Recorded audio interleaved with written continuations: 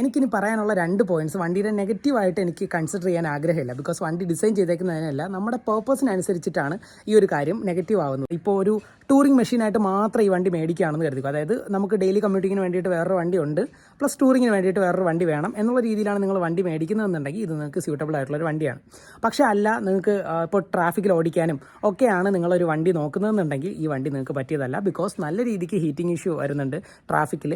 അതേപോലെ തന്നെ എക്കണോമി നോക്കുകയാണെങ്കിൽ 20 to 25 ബമ്പർ ടു ബമ്പർ ട്രാഫിക്കിൽ നമുക്ക് കിട്ടുള്ളൂ. ഇതും വണ്ടിയുടെ പ്രോബ്ലം അല്ല, ബിക്കോസ് വണ്ടി ഡിസൈൻ ചെയ്തേക്കുന്നത് മോഡറേറ്റ് ഓഫ് റോഡിങ്ങിന് വേണ്ടിയിട്ടാണ്. പക്ഷേ നമുക്കിപ്പോൾ ഹാർഡ് കോർ ഓഫ് റോഡിങ് ചെയ്യാൻ ആഗ്രഹമുള്ള ആൾക്കാരാണെന്നുണ്ടെങ്കിൽ നിങ്ങൾക്ക് പറ്റിയൊരു വണ്ടിയല്ല ഇതെന്ന് പറയേണ്ടി വരും. വണ്ടി കേപ്പബിളാണ്, പക്ഷേ വണ്ടിക്ക് അതിനനുസരിച്ചിട്ടുള്ള റിക്വയർമെൻറ്റ്സ് അവർ പ്രൊവൈഡ് ചെയ്തിട്ടില്ല.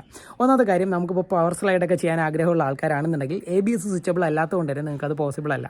അതുപോലെ തന്നെ കുന്നുമലയൊക്കെ കയറുന്ന ആൾക്കാർക്ക് അറിയാം, വീലിൻ്റെ സൈഡിൽ നമുക്ക് നല്ല സപ്പോർട്ട് വേണം. ഇപ്പോൾ സ്പോക്ക് വീൽസ് ആയിരുന്നെങ്കിൽ കുറച്ചുകൂടെ ബെറ്റർ ആയേനെ, ബട്ട് അലോയ് വീൽസാണ്